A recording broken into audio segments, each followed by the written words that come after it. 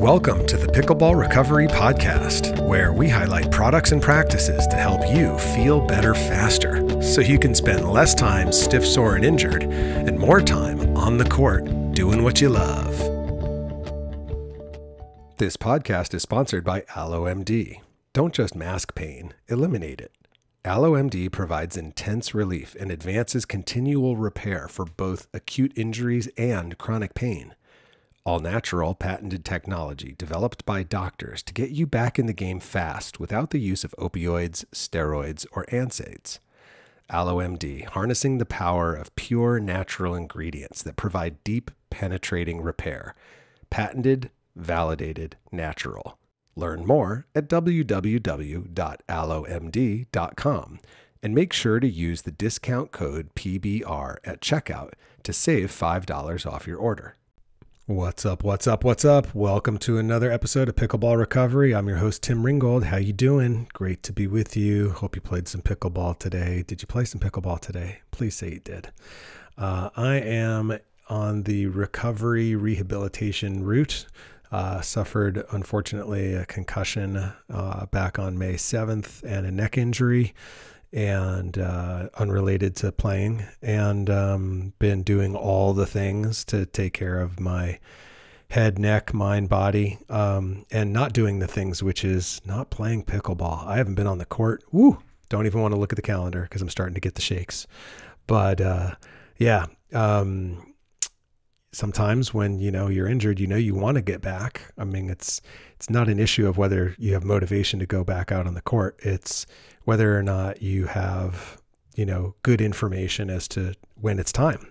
And luckily I have a treatment team and I listen to them. And while there have been times when I couldn't even imagine going back out on the court, there's a pretty big tournament coming up at the time of this recording. It's next week in San Clemente. It's our home court. It's the PPA Orange County Open. It's one of the best spots on tour. It's just awesome. And I'm not going to be able to play. And it's really hard to be on the sideline and listen to my treatment team, because there's that part of me who just wants to go. And I have to learn to not listen to that sometimes. So this is me taking my medicine and, not being on the court. But I'm in physical therapy, I'm in chiropractic, I'm doing an hour and a half a day of hyperbaric oxygen. I'm doing so many different modalities right now to heal as fast as I can. And we're making progress, so very happy about that. I think I'll be back in July for sure. So excited about that. It's a terrible practice to say things like that on a podcast, because you could be listening to this at any time. But okay. Enough about me. Let's see, a couple just housekeeping things. Listen, if you are enjoying the content on the podcast, can you help me out?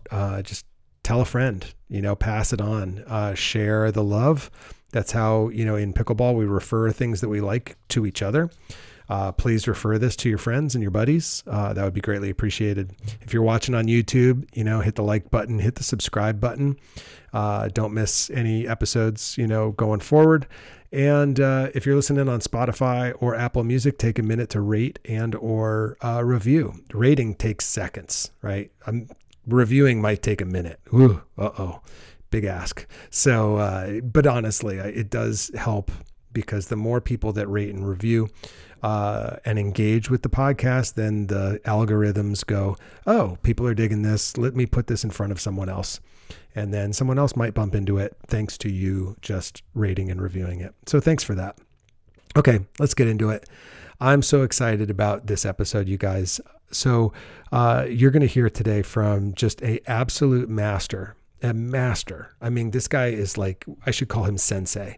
He is such a master when it comes to conditioning, particularly understanding what your heart rate variability is and how that helps you recover and what it tells you about your ability to recover. And listen, conditioning and recovery, they're like two sides of the same coin. And when you hear Coach Joel Jamieson talk today, hopefully it'll really open your eyes. I've been using his training program and his app for I think I got it last August. So I think that's, close to a year now.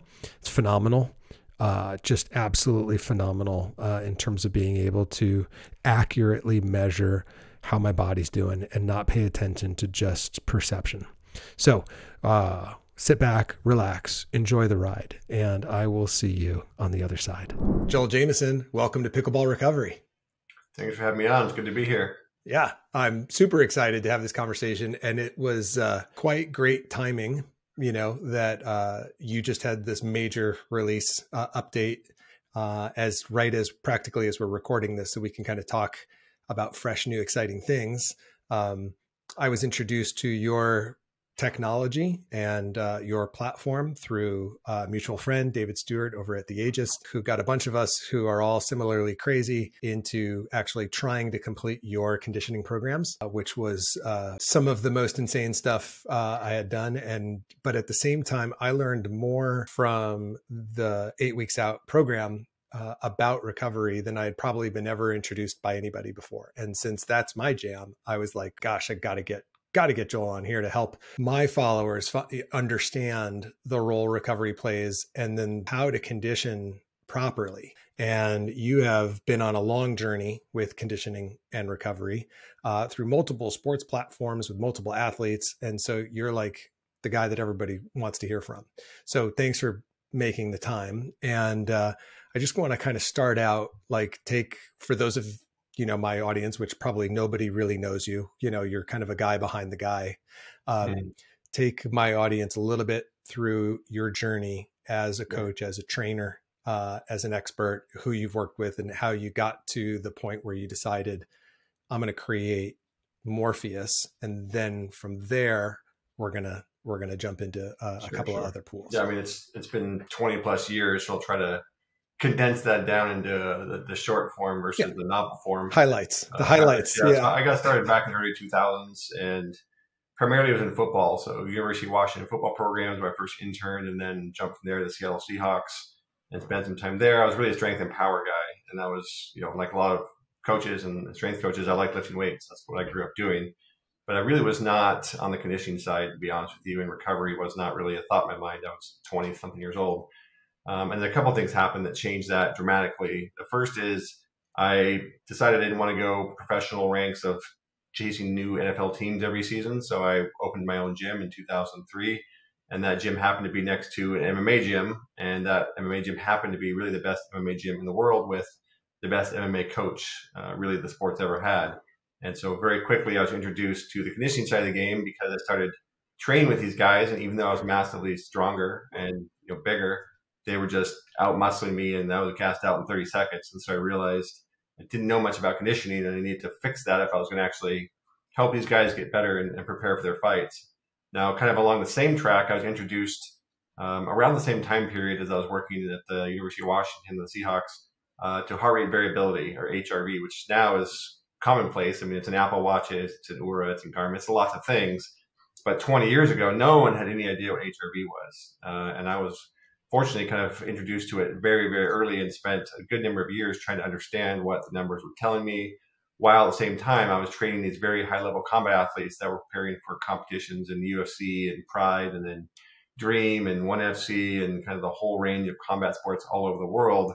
I was working with these guys to help them, number one, improve their conditioning so they wouldn't go in the performance and gas out. And then number two, to make sure they were healthy enough to even get there, because combat sports are a very intensive training sport. For those of you who aren't familiar with it, most of them will train 6 days a week. Most of them will train 2 to 4 hours a day. I mean, it's a very high volume sport. And of course, you're punching and kicking each other in the face. So there's lots of inherent, stress in the body as a result of that. So I just spent a number of years training those athletes, looking at their HRV, helping them recover fast enough so they could keep training without injuring themselves or without breaking down before they got into the actual ring. Or octagon. And then over time, I started a website, 8 weeks out. So I write about this stuff because I realized how many people were looking for this type of information, but just weren't finding it. And like I said, almost nobody was using HRV back then. So 2012, I want to say, I launched my first HRV app, BioForce HRV, which was super early in the game, really one of the earliest, kind of again before anyone knew what HRV was.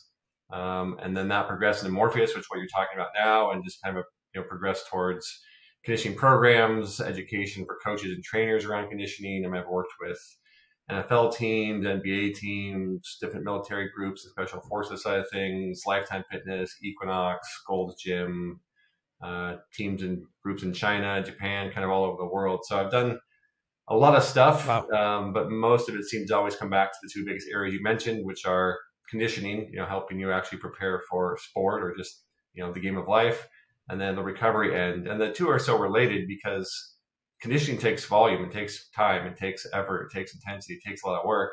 And anytime you put that work and that volume intensity in, there's a potential for recovery being an issue. And so they go together. It's something you need to understand both sides of the game, the training side, which is the stress, and then the recovery side, which is really where the gains and improvements happen. You don't get better while you're playing or you're training. You get better in the in-between periods when you're resting and recovering. So, in a nutshell, I would say that's kind of the long story, or the short story, I should say, of the long game of the last 20 years of my life. And I'm always learning something new. And the Morpheus update, as you mentioned, is really the next iteration, the result of that. So the great thing about the human body is you'll never stop learning from it, and you'll never stop being able to improve what you're doing and get better along the way. Totally. For those who still don't really grasp what HRV is, particularly, most of us grew up hearing about our heart rate, Sure. and at least they could wrap their brain around what that represented. And then you introduce heart rate variability. And I know for me, it was a little bit of a longer learning curve trying to wrap my brain around what that measures, what it means, and what is it a indicator of. Sure. Can you kind of take my audience through a brief little, class on that? Yeah, I mean, like I said, it's one of those metrics that you hear about it and maybe you see it on your watch and you're like, what does this really mean? And honestly, there's a lot of conflicting ways that people describe it. This idea that like higher is better and lower is bad, like sometimes that's true, but kind of to back up the story here, you have to understand that as your body and you go through life, there's constant demands placed upon it, right? There's the stress of just getting through your day and dealing with your work and family and social life and all that sort of stuff, reading the news. Then there's, of course, training and being physically active. And these are just all demands that really we call stress. And stress is really anything that causes the body to have to react to it. And it does that through what's called the sympathetic nervous system, which most people have probably heard of. It's also called the fight or flight system. And all that system does is it says, hey, my body's under some stress. I need to produce some more energy so that it can do something to meet the demands of that stress. So if I'm playing pickleball, for example, obviously I'm producing more energy than if I'm sitting on the couch. And the sympathetic nervous system cranks up energy production within our body so we can go out and play pickleball. But likewise, even if we're just sitting there thinking about something stressful, we can elevate our heart rate and activate that stress response to some extent. Maybe not the same extent as playing pickleball, but it's still happening through the same processes in the body. Now, on the other side of that, we have what's called the parasympathetic nervous system. And that's job is to really kind of work together with the sympathetic nervous system, but it does the opposing functions for the most part. So instead of producing more energy to go do something right now, it actually starts taking the energy your body produces and putting it towards repairing itself, adapting to that stress you were under, remodeling tissues, and all these things that essentially make us more fit. So if we go out and play pickleball, we're obviously putting stress on our muscles and our metabolic system and our tendons and ligaments and the whole 9 yards. And we're also developing skill. And then that parasympathetic nervous system, when we're resting and recovering, is driving energy towards making those muscle fibers stronger or improving our central nervous system function or ligaments and tendons, cardiovascular system. It's doing the job of translating that stress into changes in the body that we ultimately see as higher level fitness, a higher level of performance. So what does that have to do with heart rate variability? Well, heart rate variability is essentially measuring the activity of that second system I just described, the parasympathetic nervous system. And it does that because there's specific rhythms in the way that your heart beat that change based on how active or inactive that parasympathetic nervous system is. So when that parasympathetic nervous system is very low or inactive, we see a very flat, like metronome style pattern of heart rhythm. When that parasympathetic system is much more active, we see much greater variability, hence the name heart rate variability, in the pattern of heart rate. And that just means that that parasympathetic system is more active. And so we can look at this whole thing from two different perspectives, which I think is really important that people understand. The first one is if we look at just your changes in your heart rate variability on a daily basis, we're going to see it go up or we're going to see it go down as that parasympathetic nervous system is higher or lower in activation relative to what you're doing. So if I'm under acute stress right now, or I get a poor night of sleep and things that are stressful, the HRV is going to be lower because my sympathetic system is more active and my parasympathetic system is less active. Now, when I'm in a period where I'm more focused on recovery and more energy is being driven towards recovery, I'm going to see that HRV number go up because it's going to tell me that my body's putting more emphasis and more energy towards recovering from whatever I did to it. Now, in both cases, up or down, it's just an indication of my body going through these repetitive cycles of stress, recovery, which is constantly happening throughout your entire lifestyle and really, your day to some extent. So on a daily basis, what we're trying to gauge here is what is our body doing? How much stress is it under? And what is the cost of that stress been? And the way to see that is how much is your HRV fluctuating away from kind of your normal average? So if you're looking at a system for Morpheus, for example, you see you bounce around at like 70 on the scale. If one morning you wake up and you're 50, that means your body's under quite a bit of stress. And then you're probably going to see a big rebound up above where you started. And that's the process of your body going into that recovery side to really get you back to normal. And then at some point, you'll kind of settle back down. But because we overlap stress all the time without full recovery, we're just looking at things bounce around all the time. And that just gives us some idea of how much stress we're putting upon our body and how well it's reacting to it. Now, the second step here is your average HRV is an indication of your overall metabolic, specifically your cardiovascular and aerobic system fitness. And there's multiple reasons for that. Okay. But people with higher levels of cardiovascular fitness, just greater overall aerobic capacity, they're going to have a higher baseline HRV. So as your aerobic fitness grows, your average number will creep up. But again, it's different than what you see. Your daily variations are always going to vary, but that kind of baseline that you're varying from, that would be considered like your average, right? Your baseline. So endurance athletes Gotcha. and high level people on that end, they're going to have scores that are very high relative to somebody who is sedentary or somebody who's just lifting weights or doing anaerobic type sports. Their baseline HRV will be generally much lower. And there's also a genetic component. You definitely see, like anything else in athletics and fitness and health, there are genetic pieces of this. So some people just have much higher natural baseline HRV. And that's also a really good thing because it means we are, generally speaking, if you have higher baseline HRV, it means you're generally better at turning off that stress response when you don't need it, and you're better directing energy towards recovery and repair when you do. So that just makes you more resilient, essentially to the stresses and the demands we place ourselves over the course of our lives. So again, if we look at the big picture, it's giving us these two broad pieces to look at. And when you put them together, they're extremely valuable, regardless of what you're training to achieve, whether it's pickleball or just longer, healthier life. Maybe these are hopefully both the same thing. It's a very useful metric when you know how to use it in those ways. Yeah, that's fascinating to me. The idea that you're measuring recovery as needed, and then almost like you said, like having a baseline at the same time. This was the most articulate it's been described to me so far. So thank you for the way you just broke it down. Sure. One thing I want to point out too, if you're listening, and I think one thing real quick, sorry to interrupt there, but I do want to point out that different HRV systems operate differently. So unlike heart rate, where it's just like I'm counting how many times a minute your heart beats, or steps, where I'm counting how many steps you take, heart rate variability is a calculation. Yeah. So it's measuring the time between heartbeats, and it's doing different math formulas to calculate heart rate variability. And there's also processes where you filter out certain types of beats. It's a complicated metric, my point, and there's many ways to calculate it. So the number you see on an Apple Watch is going to be completely different you see on a Morpheus HRV system or any other HRV system out there. There's many different ways to calculate it. There's many different ways to filter the data. There's different types of sensors. There's not this like one standard HRV number that you can compare across the board no matter who you are, what system you use. It just doesn't work that way. So I just don't want people to go out there and say, oh, my friend's a 84 and I'm a 40. What does that mean? Well, if you're using two different systems, it means nothing. So it's just important to recognize that whatever system you're using, your baseline on that should have some meaning and some standardization for how that compares. But you can't just look at your Apple Watch, HRV, and then go get an URA and be like, why are these so massively different? Because they're calculated differently. They're not the same number. They represent the same general thing, but the way they're calculated can be entirely different. So I've got a lot of questions about that. So I just wanted to point that out before we move on. No, that's a good shout. In fact, I read that in your update blog that someone was writing about Apple Watches, and Yeah.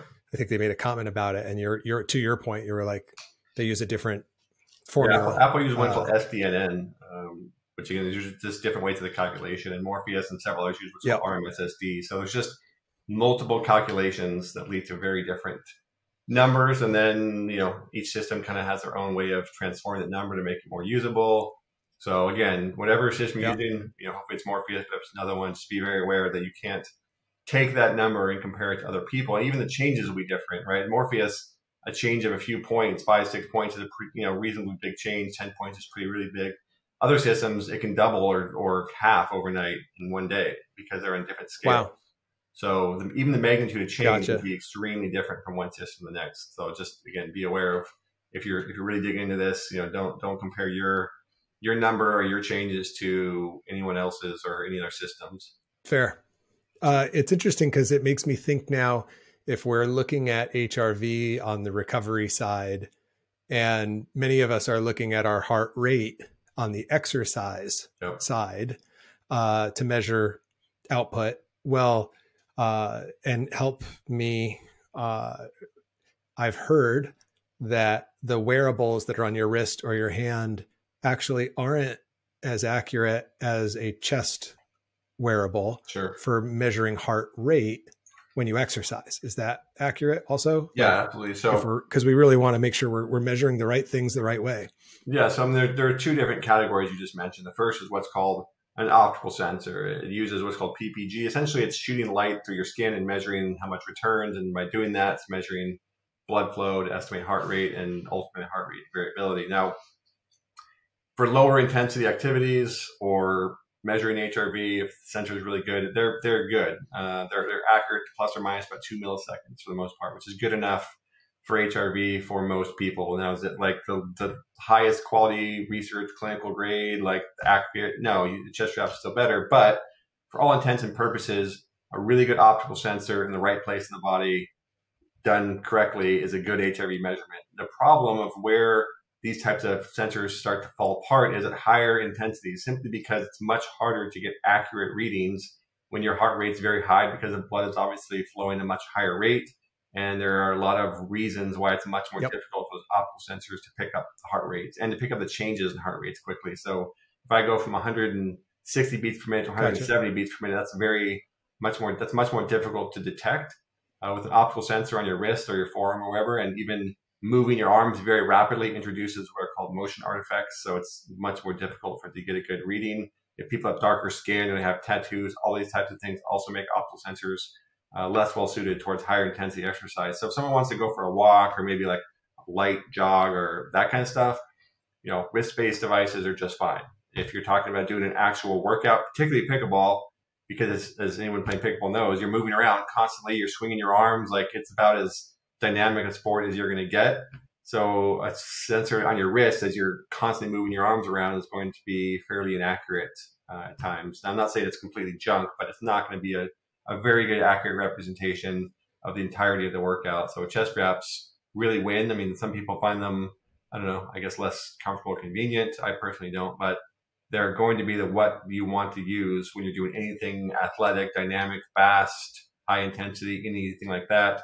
They're going to make they're just going to give you a much more accurate representation of your actual heart rates throughout the whole thing. That's the key. And playing singles pickleball as a senior pro, like it's like just the dumbest thing you could do as a pickleball player in my age group. It's you just pushing so hard. And what I've noticed with that chest strap is if I have to play like a point that's got, let's say 5 or 6 back and forths in the shots in that point, I don't care if I won the point or not. I'm going to need a timeout because I'm in the red zone. I'm peaking. I'm at like 170, up to 179. I've hit 180 and I'll take a timeout. It's a minute long. I can watch my heart rate because I have that chest strap. I can watch it plummet 30 points, 40 points within that 60-second period. And I know there's no way that if that was on my hand or on my wrist, it would be measuring it that No, accurately, you that wouldn't see quickly. that. It'd Correct? be, yeah, it wouldn't be nearly as accurate. You wouldn't see it happen nearly as cleanly as you would with the chest strap. So, yeah, it's just the right tool for the job, right? Yeah, you can just see, ooh, red, green, blue, and they're like, okay, I'm ready. Yeah. I By can the go way, back in and tolerate the anything next point.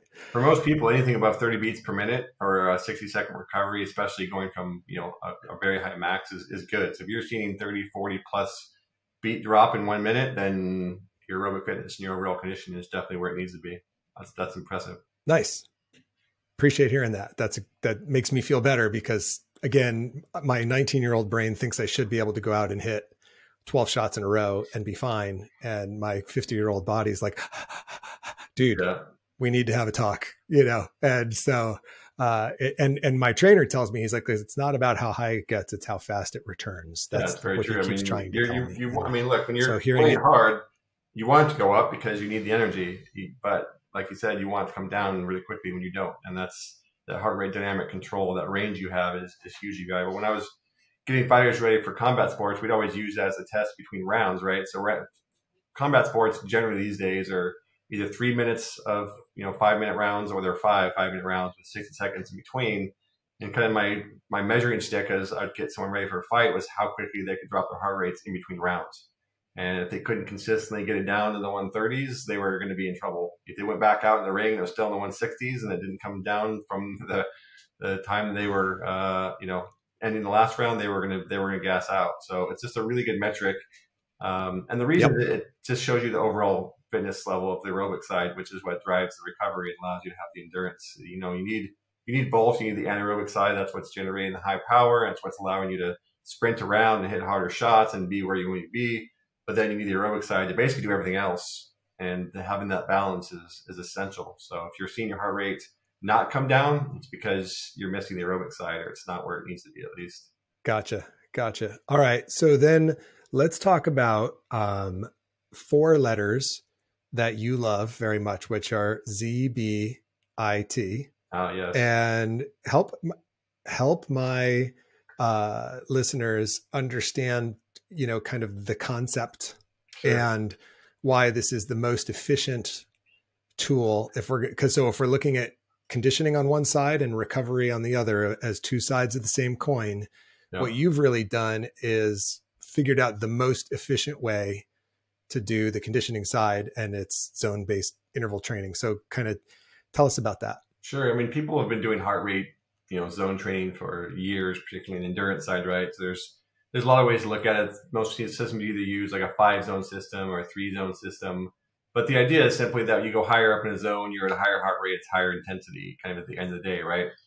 And for the most part, these heart rate zones, like I said, were traditionally just used in endurance sports where you would just do steady state work. You'd go zone 2, zone 3, zone 4 work, zone 5 work, whatever. You're doing mostly, endurance based steady state work. But I started looking at this and I said, well, this is really just gauges of intensity, right? This is just how hard am I working? But we can adapt that from just steady state work into interval based training. And we can use these zones to do more than what people traditionally do with intervals, which right now is people just do a high intensity interval, like, oh, I gotta go as hard as I can for 8 seconds, and then I gotta rest for 30 seconds, and then I gotta repeat that over and over again. But the body works on more than just 100 miles an hour or 0. There's a range of different types of intensities and different types of intervals we can do to develop the different systems of the body, whether it's the aerobic or the anaerobic systems.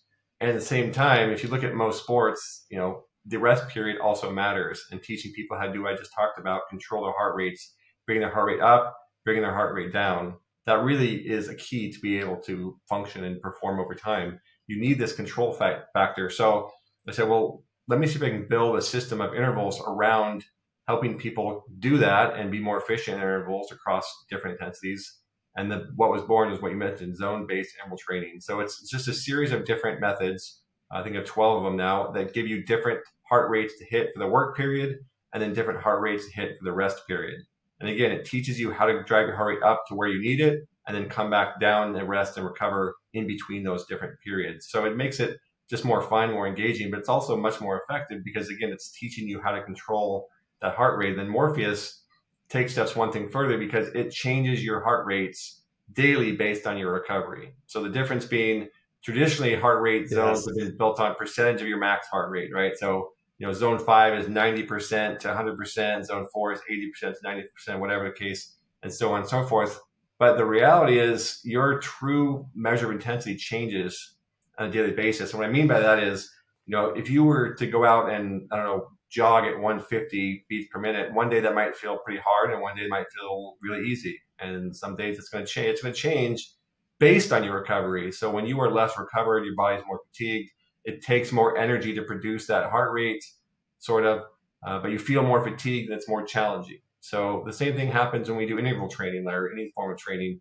Your maximum isn't your true maximum every single day. I could not hit a true, 1 RM in the lifts, and I couldn't hit a true max heart rate every single day and have it be the same. So what Morpheus does is it looks at your recovery and it adjusts dynamically those heart rate zones based on your recovery. So they're going to shift down when you're already fatigued, and they're going to shift up when your recovery is high. So we take this concept of just dynamic heart rate zones versus static heart rate zones, and we use those heart rate zones within that zone-based interval framework like we talked about. And now you get a really, really personalized approach to improving your metabolic conditioning through these different zones. And as I mentioned, there's 12 of them. They're based basically on kind of how hard the overall intensity, how hard the intervals are, from blue, which are mostly lower intensity, recovery-based foundational intervals, up to green, which are moderate intensity, kind of mid-length intervals, up to the high red, which are the highest intensity, most challenging type of intervals. But again, you can just kind of pick through which ones you need for the day and for your workouts. But it's a very, very simple to use tool, but very powerful for building the different metabolic systems that you want to build.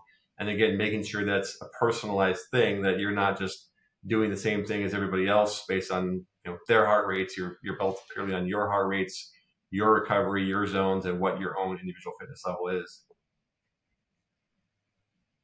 Yeah, I think so Morpheus being an app that measures all these different metrics, and there's a couple of different wearables you have for, and being the chest strap when you're exercising, there's a wrist strap for in the morning for HRV. But like, what I love about it is it's so personalized. Like I can tell, like, because I'll be running, and before I met Morpheus, I would run in my neighborhood in these hills that I have here, and the only measurement stick I had was time and perception. How hard did it feel? Yep. Right. But how do I know what that feels like? What does that mean? Right. Yep. And then when I started wearing Morpheus, there were days where I had poor recovery. When I woke up, my body wasn't well recovered, and it would adjust where my blue zone, green zone, red zones were. And I could see, like, I'm trying to run the same pace, but today 145 beats per minute is like high green for me today. This is because my body's not adjusted properly. It hasn't finished the repair from yesterday to go out there and do the new demolition work that it's doing right now. And it was like going from like black and white to 3D color, the difference in terms of how well I'm now seeing into my body while I'm working with it.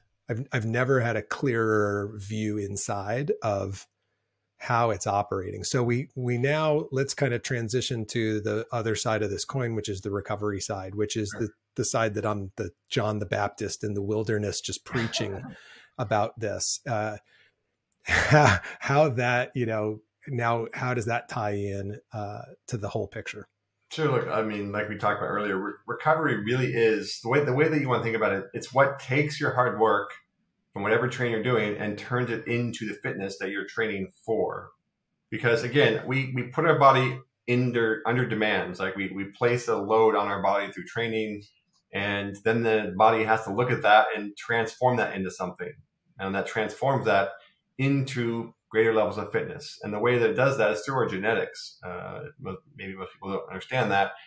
We essentially put our body under a load, right? And the way that happens then triggers some sensors more or less in our body that looks at temperature and pH and metabolic stress and mechanical stress. It looks at all these different types of variables go in the equation, but essentially that cascade of events sets off specific genes to be turned off or turned on. And those genes encode for proteins, and those proteins regulate different functions of how our body works. So when we go out and play pickleball, we're literally causing certain genes in our body to be impacted, and those genes cause proteins to go up to repair muscle tissue faster, or turn on faster twitch fibers more effectively, do all sorts of stuff essentially that makes us more fit. But that only happens when we give ourselves two things: the time for that repair to happen and the energy that it needs for those things to happen. Because what this gene you're doing is turning on protein synthesis, but we have to make those proteins. And that takes, again, time and energy.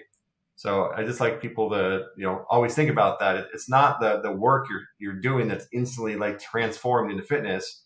There's a huge process that has to happen afterwards, whether we're talking about building stronger muscles, building greater speed, building better reaction time, even building better skill. That's motor learning that has to happen over time as you recover. It's all the things that happen after the workout that determine what actually gets translated into better fitness. So recovery is just the other side of the training piece. It is equally as important, because without recovery, the gains don't happen. And if you, like you just mentioned, you keep overloading and you keep putting the stress in the body before you've given it a chance to recover, we get the accumulation of fatigue, which means we haven't let our body go through the full recovery process, and we're just short-circuiting that by overloading over and over again before our bodies actually realize the net gain. And that lack of recovery ultimately triggers a different cascade of events and different sequence of genes that cause things to happen that we don't want to happen, that we perceive as detraining or overtraining, or however you want to look at it. And it decreases our fitness and decreases our performance. So getting that whole process right, I just call it the stress recovery cycle.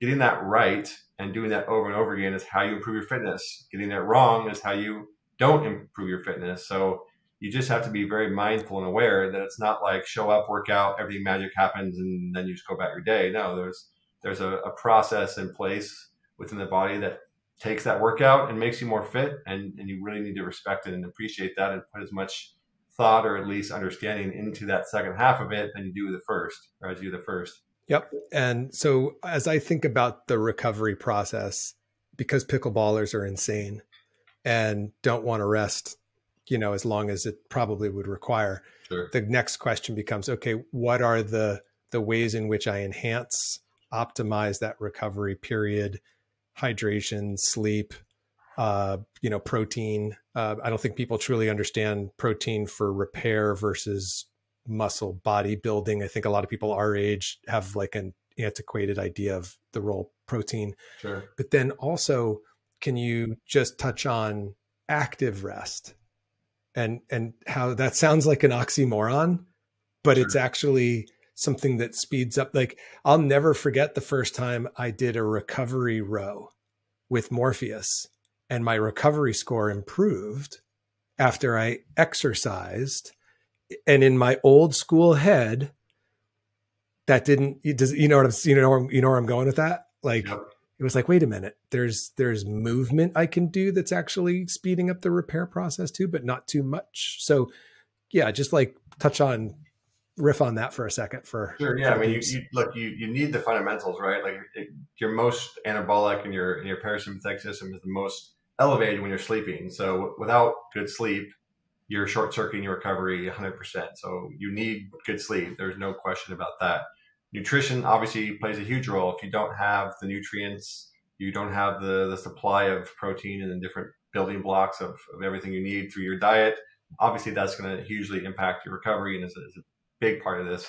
But then, as you just mentioned, on the actual movement side, when we move, we are increasing blood flow. Increasing blood flow means greater nutrient supply. It means clearing out different things that we don't really want there. It means greater lymphatic drainage. It means all these different processes of metabolism get slightly sped up. And that's really what's happening, right? Metabolism, if we back up, metabolism is the process of taking the food you eat and turning them into you through all these different chemical processes that do that. They break food down and they then store that food as you, basically. So I eat some meat and it breaks down amino acids, and then it stores those amino acids in the form of proteins in my body. It's converting the food we eat into our bodies.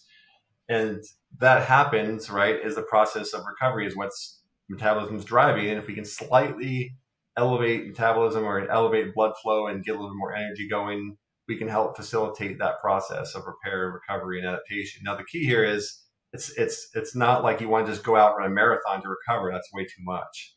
But doing 15, 20 minutes, maybe 30 minutes of some light blood flow, type work, or what I outline in my different articles, rebound training, those sorts of things.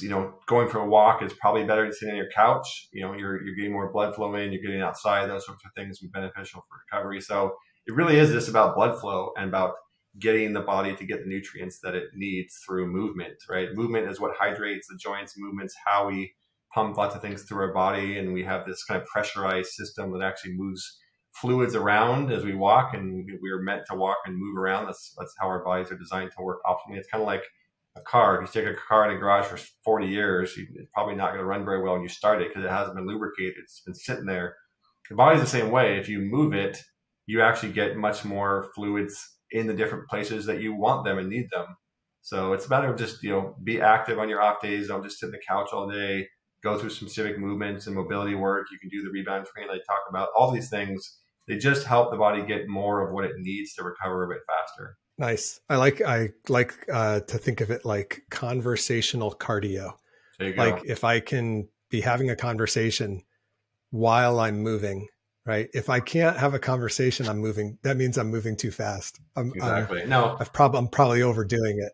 Yep. And you don't have to go to the extreme. So we actually looked at a bunch of data in Morpheus. We found that people that improved over 12-week periods in terms of their HRV and resting heart rate, they averaged somewhere around 7,000 or 8,000 steps a day. People that didn't improve actually often went way higher than that.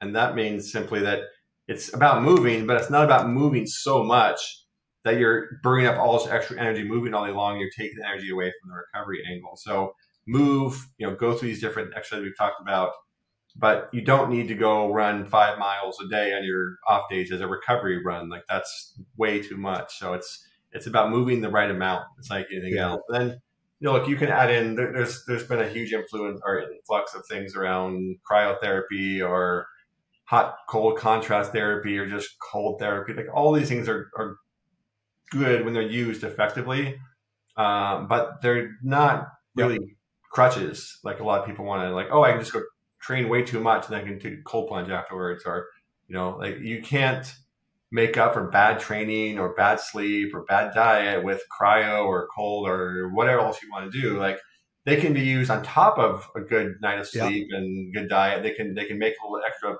difference and they can benefit you on some capacity, but they're not a replacement for good training, good sleep, good diet, and an effective ability to deal with mental stress. So I see a lot of people jumping on this bandwagon modalities. I'm going to go do cryo every day, or I'm going to go cold plunge every single day, and that's going to fix my recovery. Well, you can't fix it if it's broken to begin with by just adding more stuff in. You've got to have the foundation there first. So, getting a good night's sleep is going to be far more important than whether or not you jumped in a cryo chamber or you did 20 minutes of cold or whatever. You've got to get the basics down first. Totally. And it's not sexy. I mean, good diet, good sleep, it's kind of like banal to people. They're like, oh no, but give me the fancy stuff. Yeah, and I'm like, exactly. I was finishing a session a little while ago, maybe 3 weeks ago. And I was changing shirts afterwards. And this young guy who's like 28, he's like, all right, dude, how do I get the 6-pack like you've got? And he was expecting me to give him some secret sauce, And he's like, are you red light or, you doing cold plunges? And I was like, yeah, but I was like, I'm going to bore you to death right now. It's what you put in your pie hole, my friend. Yeah. And it's when you put your head down on the pillow. And he was like, yeah, exactly. Right. And so he was like, I knew you were going to say that. Yeah. I mean, but people just want, they want the shiny. Yeah. Everyone wants a shortcut or a hack. I hate that word hack personally. Like the only shortcut is to be the hack. Yes. Consistently do the right things every single day and let the results accumulate. That's the shortcut. The path of constantly trying new stuff and constantly changing and chasing this next thing that's supposed to work better. That's slower than just doing the damn work in the first place consistently. That's just the reality of it. It's the reality of most things in life, unfortunately. Like it takes time. But the only way to make the time more productive is to just be very consistent in what you're doing. I mean, get sleep, eat the right amount of food, go out and train, repeat over and over again. That's it. 100%. This is a marathon, not a sprint. Yeah. One of the things that was fascinating about Morpheus for me was seeing that I would have like a recovery score in the morning. It it would measure my heart rate and my HRV, and then I would put in how much sleep I got. And, to some extent, it was the quality of my sleep. And then it would kind of plug in a recovery score from like, this is how much we see that you recovered. And then based on the exercise I did that day, it knew whether it was rebuilding or damaging that original score. So I might have like a minus 25%, after like a tournament day, it really wrecks my body. But on certain days when I followed the instructions and kept it to my conversational cardio, I would watch my recovery score actually improve with movement. And I have this Lululemon shirt my wife got me for my birthday. And on the inside of the bottom of the back, just the most random place, it says, "Movement is medicine." Yeah. And I just thought, it's true. That's a great quote. It is. Isn't that funny? I mean, it's such a random place to put it, but I thought it was just deep, deep, deep. Yeah. Well, I mean, think about it. Like, why do we all train? Well, we really all train to facilitate better movement in some capacity, whether it's better movement to play pickleball, whether it's better movement to, run endurance events, whether it's better movement to just get up out of bed every day and move around as we age and get older, or whether it's, to be able to be 70 or 80 years old and doing the same things we are then that we did in our 20s and 30s. Everything really does come down to training for movement purposes. I don't care how you want to quantify that. At the end of the day, whether it's lifting weights or it's doing some cardiovascular work, like all of it comes down to being able to move the way we want and do the things we want to do. All of it. Like, I'm not training. I mean, look, 100%. Don't get me wrong. There are people aesthetically, I should say that people aesthetically want to improve how they look.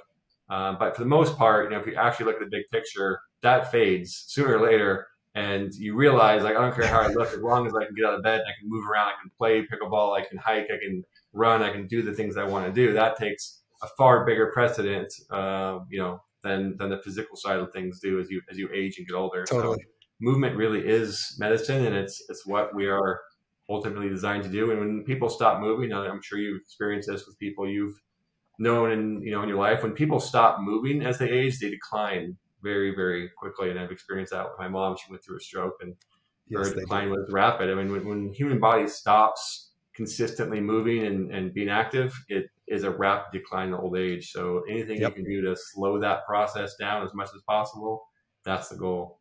Absolutely. I can't tell you how many people are obsessed about paddle technology in pickleball. And what I try to, the drum I'm beating is, well, your body is a way more important piece of equipment than your paddle, because if you move well, you play well. If you don't move well, it doesn't matter what paddle you're holding.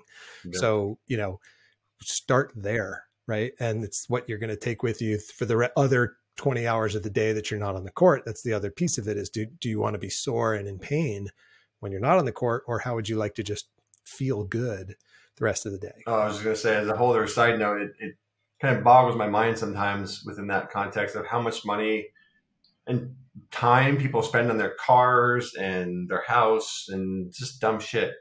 And then they won't go out and spend something, invest in a really good mattress to sleep on, or they won't go out and buy healthier foods they know they need, or they won't invest in getting a massage to help their soft tissue. It's just like, I just think people's priorities are a bit askew a lot of times, where you're spending thousands and thousands of dollars on things that ultimately are not going to have any impact on your well-being and your health and your long-term ability to survive this planet and be happy. And then you'll push back against, buying some good food and doing things in your daily life that may be time consuming, but will actually pay off in the long run. So, I think, unfortunately, people's priorities often reflect their inability to think long term. But if you can shift that mindset a little bit and recognize, like, maybe a $300 pillow sounds excessive, but you're gonna spend $300 on way dumber shit, and that pillow is gonna help you sleep better, and that sleep's gonna lead to all sorts of benefits. So yeah, I have a $300 pillow. 100%. The most expensive bed I could find that was comfortable. I mean, I've invested huge amounts of money in sleep and health and nutrition and everything else, because I've only got one body. I can buy a new car, but I can't buy a new body. So I'm going to invest in taking care of that versus the vehicles.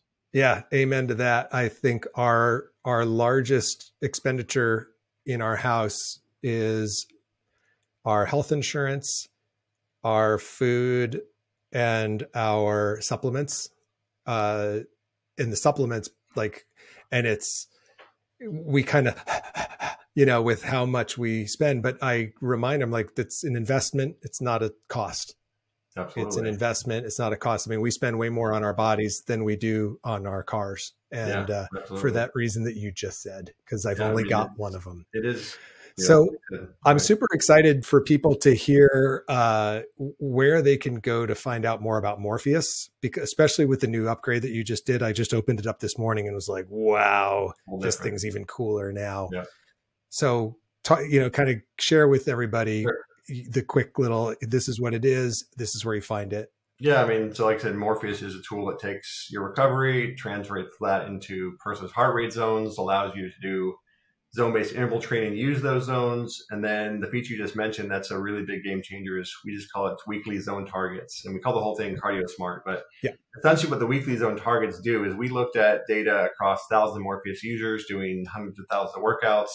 And we said, what sorts of combinations and volume intensity led to people that improved their numbers, specifically their resting heart rate and their HRV, versus people who didn't improve those things. And we looked at 12-week periods across the Morpheus database, and we found very clear trends and patterns and relationships of what people did that improved versus the people that didn't improve. And then we built some algorithms to help guide that process. So when you open the app now, it's going to look at, when you first start, to look at your resting heart rate, your HRV, you measure it, your fitness settings, and what you put as your goal to improve your fitness cardiovascularly or to maintain it. And it's going to set a target for minutes per zone in each week. So Morpheus has 3 zones, low, medium, and high, which we call recovery, conditioning, and overload, or red, blue, and green. So it's going to give you a number of minutes per week in those zones. And then it's going to analyze your fitness. Is it improving? Yes or no? Are you hitting your targets? Yes or no? What do your trends look like? And then each week it's going to make adjustments to those volumes of each of the 3 zones. And it's just going to help you manage that overall volume intensity and find that right balance like we talked about from a recovery and a training stress standpoint. So if you go to a game of pickleball, you're going to record your heart rate, you're going to upload the Morpheus. It's going to show you what that pickleball practice or game looked like in terms of different minutes in the zones. If you do any other type of cardiovascular work, you're just going to use Morpheus to record all that, and it's going to help you balance, again, the intensity across those 3 zones. And as your fitness improves, it's going to increase those zones and help progressively overload you to keep the progress going. And again, it's a really powerful guide to just make sure that you're doing the right amount of the right types of training to see improvements over the long run. And if you're not, it's going to help you figure out why not. Either you're going way above your zones and doing too much, or you're not doing enough. And finding that balance is key. And so that's why we're really excited about this new feature. It's been a long time coming. It's, again, the result of hundreds of thousands of workouts and millions of data points we analyzed for this. And it's something no one else has ever done, really. So we're super excited to get out there and let people like yourself play around with it and see what it takes to hit those zones and watch them increase. Yeah, man, I am so excited about this because like whenever I'm lifting, I'm always wondering, am I doing too little? Am I doing too much? Yep. Right? Is this making a difference? Is this a waste of time? If I'm on the pickleball court, like when I started wearing Morpheus during pickleball, it was such a revelation as to how intense pickleball can be, depending on the level I'm playing. If I'm playing just some social pickleball, it's not too bad. But if I'm playing with my fellow 5-0 players and we're really getting into it, or I'm at a tournament, and I'm playing for 6 or 8 hours, right? Like I couldn't believe the difference, and that this can track all of that and kind of help me get a sense of when to back off, when to put on the gas, because that's the thing, you're kind of shooting in the dark with your own exercise routine. So this is like the most accurate coach that you can have that I've seen out there. So where do people go online to learn more? Yeah, it's just trainwithmorpheus.com. And I think that's the best way to put it. So much of training has always been just guesswork. You guess right, you improve. You guess wrong, you don't. And Morpheus eliminates so much of that by providing some real guidance based on what we've learned using machine learning and math, and lots of people doing it. And, it helps just answer a lot of those questions, primarily how much do I need to do and how hard should it be? And if you get those 2 things right over and over again, you'll improve. If you don't, chances are you probably won't. So just trainwithmorpheus.com is the place to go find Morpheus, and you can order the whole system. It's like I said, it comes back to investing in things that are going to be beneficial. It's certainly not expensive by any means, and it's certainly going to pay off whatever your health and fitness goals may be. It will absolutely pay off and help you reach them faster and stop a lot of frustration of kind of traditional ways of, like I said, guessing and seeing what happens. That's exactly it. I have paid more for less. And the value that is built into this is unbelievable. You have created an incredibly high quality product. You are obsessive about it, which is why it's so good. That's what I love. I don't want to be the one that does all that math. Someone else did it for me. Thank you for doing that. Yay, math.